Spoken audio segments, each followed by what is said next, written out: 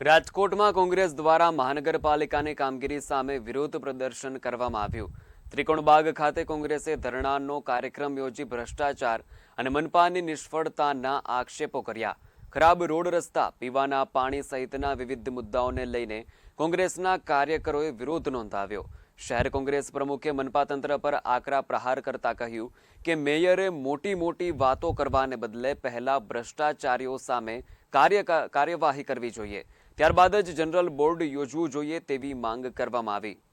રાજકોટના ત્રિકોણબાગ ખાતે કોંગ્રેસ દ્વારા કહી શકાય કે અનેક મુદ્દાઓને લઈને ધરના પ્રદર્શન છે કરવામાં આવી રહ્યા છે। ખાસ કરીને કહી શકાય કે રાજકોટ મહાનગરપાલિકાની જે બેઘારી નીતિ છે તેની સામે આ કહી શકાય કે ધરના પ્રદર્શન છે તે કરવામાં આવી રહ્યા છે। ખાસ કરીને કહી શકાય કે જે કાજુ કતરીનો જે મુદ્દો ઉઠ્યો હતો તેને લઈને તે ઉપરાંત કહી શકાય કે પ્રી મોન્સૂનની જે કામગીરી છે તેના જે દાવાઓ કરવામાં આવે છે તેને લઈને ખાસ કરીને રોડ અને રસ્તાઓની જે પ્રકારે કહી શકાય કે હાલત દયનીય બની છે તે મુદ્દેને સાથોસાથ કહી શકાય કે જે પાણીનો જે પ્રશ્ન છે કે અનેક વિસ્તારોની અંદર કહી શકાય કે ખરાબ જે પાણી આવે છે આ સહિતના તમામ મુદ્દાઓને લઈને હાલ ત્રિકોણબાગ ખાતે કોંગ્રેસ દ્વારા કહી શકાય કે ધરણા અને પ્રદર્શન છે તે કરવામાં આવી રહ્યા છે। ત્યારે રાજકોટ શહેર પ્રમુખ રાદીપસિંહ આપણી સાથે છે, તેમની સાથે વાત કરીશું। શું કહેશો રાદીપસિંહ, આજે રોજ ધરણાનો કાર્યક્રમ યોજવામાં આવી રહ્યો છે, કયા મુદ્દાઓ છે?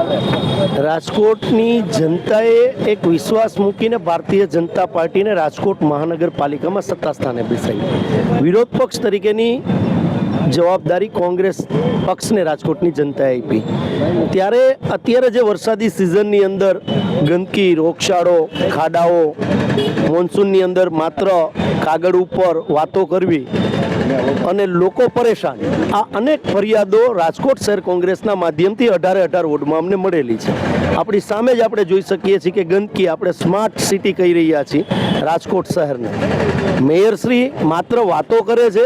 આજે જ્યારે એમનું રાજકોટ મહાનગરપાલિકાનું જનરલ બોર્ડ છે, જનરલ બોર્ડ અત્યારે ચાલુ છે, ત્યારે કોંગ્રેસે આજે પ્રતિક ધરણાનો કાર્યક્રમ રાજકોટ શહેરમાં ત્રિકોણબાગ ખાતે કરવામાં આવ્યો છે। કારણ કે રાજકોટ શહેરની અંદર જે ભ્રષ્ટાચાર થયો ડિમોલેશન બાબતે, એમાં એસઆઈટીની રચનામાં એક નાટક કરવામાં આવ્યું। ડેપ્યુટી કમિશનરે એક ડેપ્યુટી એમની નીચેના કમિશનરને તપાસ સોંપી, ત્યારે કોંગ્રેસે એનો વિરોધ કર્યો કે આપની ઉપર જ્યારે આક્ષેપ થતા હોય કમિશનર ઉપર, તો આપના નીચલા અધિકારી કઈ રીતે તપાસ કરી શકે એસઆઈટીમાં? તો એમને બદલાવીને પીજીવીસીએલના એક અધિકારીને જોશી સાહેબને મૂકવામાં આવ્યા। તો થોડી આશા બંધાણીથી વિરોધ પક્ષ તરીકે તથ્ય આમાં બહાર આવશે, પણ આજે દુઃખ સાથે કહેવું પડે 15 દિવસ થયા, આજે પણ રિપોર્ટ જાહેર નથી થયો। રાજકોટની જનતા ચોથી જાગીર આ રિપોર્ટ જાહેર થાયની રાહ જોઈ રહી છે। લોકોનો અવાજ બનીને લોકો જે ઈચ્છી રહ્યા છે રાજકોટ શહેરને અંદર જે ફરિયાદો મળે છે, બધી ફરિયાદોને આજે સાથે લઈને જે રાજકોટ મહાનગરપાલિકાનું બોર્ડ ચાલે છે એવી જ રીતે વિરોધ પક્ષ તરીકે લોકોના પ્રશ્નને અહીંયા સાંભળશું અને લોકોના જે પ્રશ્ન આવશે એ અમારા કોર્પોરેટર પણ ગૃહમાં મૂકવાના છે આજે, અને આવનારા દિવસોની અંદર પણ રજૂઆત કરશું, જેથી કરીને લોકોની સુખાકારી માટે કામ થઈ શકે। એના માટે આજે કોંગ્રેસ પક્ષ દ્વારા આજે ધરણાનો કાર્યક્રમ યોજવામાં આવેલો છે। ખાસ કરીને તમે કહો છો કે 15 દિવસ કરતાં વધારે સમય થઈ ગયો, હજુ કોઈ જવાબ નથી આવ્યો, તો આગામી સમયમાં કઈ પ્રકારની કાર્યવાહી રહેશે? આપની કામગીરી કેવી રહેશે? રાજકોટ શહેર કોંગ્રેસ દ્વારા જ્યારથી આ બનાવ બન્યો છે, રાજકોટની પ્રજાનો ટેક્સનો પૈસો 1 રૂપિયો પણ ખોટી રીતે ન વેડફાય એના માટે વિરોધ પક્ષ તરીકે અમારા સાથે કોર્પોરેટરો જાગૃત છે, તેમજ કોંગ્રેસ પરિવાર પણ જાગૃત છે। તમે જોતા આવતા હશો કે આ મુદ્દામાં અમે પહેલેથી જ લડાઈ લડી રહ્યા છીએ, અને આજે પણ એક મેસેજ દેવા માટે આ ધરણાનો કાર્યક્રમ કરવામાં આવેલો છે કે એમનું બોર્ડ ચાલે છે, બોર્ડ ચલાવવાની જરૂર નથી। તમારામાં નૈતિકતા હોય તો પહેલા રિપોર્ટ જાહેર કરો, પછી તમે બોર્ડ ચલાવજો। માત્ર નાટક કરવાનું બંધ કરી અને લોકો જે ઈચ્છી રહ્યા છે એ જાહેર થવું જોઈએ।